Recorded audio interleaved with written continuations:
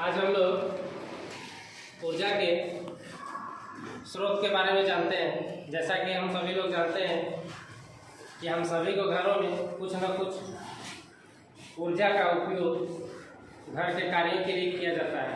जैसे बतलाओ तो आप लोगों के घर में खाना किस चीज़ से बनता है?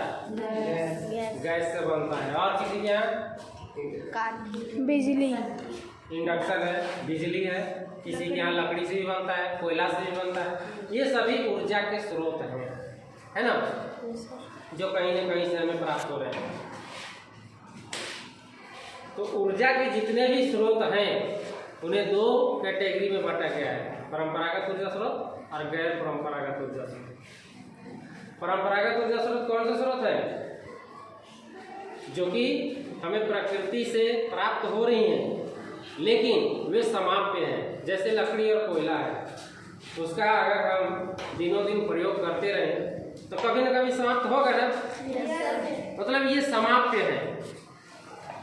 और कुछ ऊर्जा स्रोत ऐसे हैं जो कि प्राकृतिक रूप से भी हमें प्राप्त होते हैं, जो कि असमाप्य है। और सरकार उसके लिए उसको क्या कर रही है? बढ़ावा भी दे रही है।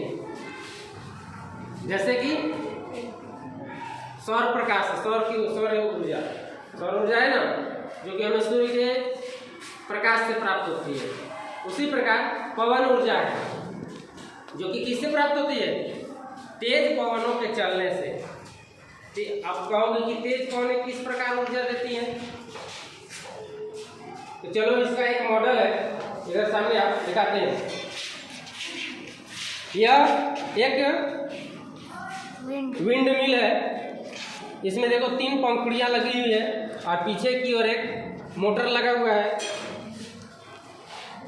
है ना। इसको जब हम घुमाते हैं, देखो अभी जब तक हम धीरे धीरे घुमा रहे हैं तब तक यह किसी प्रकार का बिजली जनरेट नहीं कर रहा है। लेकिन जैसे ही हम इसको तेज घुमाते हैं, यहाँ का बल्ब क्या होता है? जलने लगता है।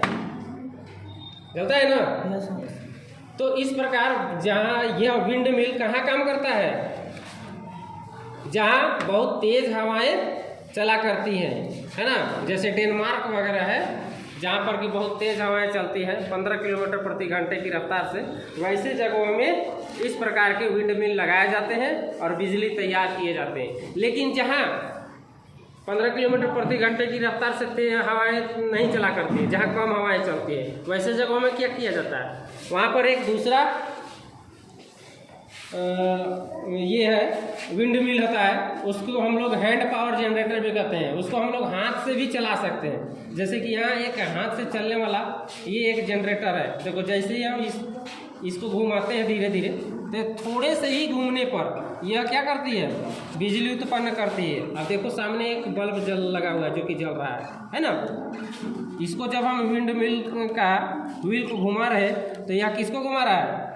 पीछे एक मोटर है, मोटर की पुली को घुमा रहा है। पुटी है तो मोटर को घुमा रही है और मोटर क्या कर रहा है? बिजली उत्पन्न कर रहा है, जिससे कि हमारा बल्ब जल रहा है। तो यह थोड़े से ही घूमने से, मतलब इसको घुमाने के लिए ज़्यादा ऊर्जा की आवश्यकता नहीं है या ज़्यादा हवा की ज़रूरत नहीं है। इसको तो हम हाथ से भी घुमा सकते हैं, है ना।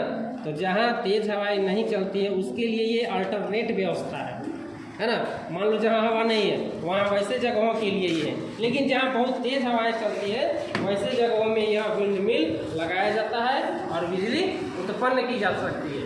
तो इस प्रकार हम इसका प्रयोग कर, विंड मिल का प्रयोग कर या हैंड पावर जनरेटर का उपयोग कर हम घरों में बिजली बना सकते हैं और बिजली की बचत कर सकते हैं, जिससे कि हम अपने घरों का खाना बना सकते हैं, बल्ब जला सकते हैं, है ना, रोशनी वगैरह कर सकते हैं।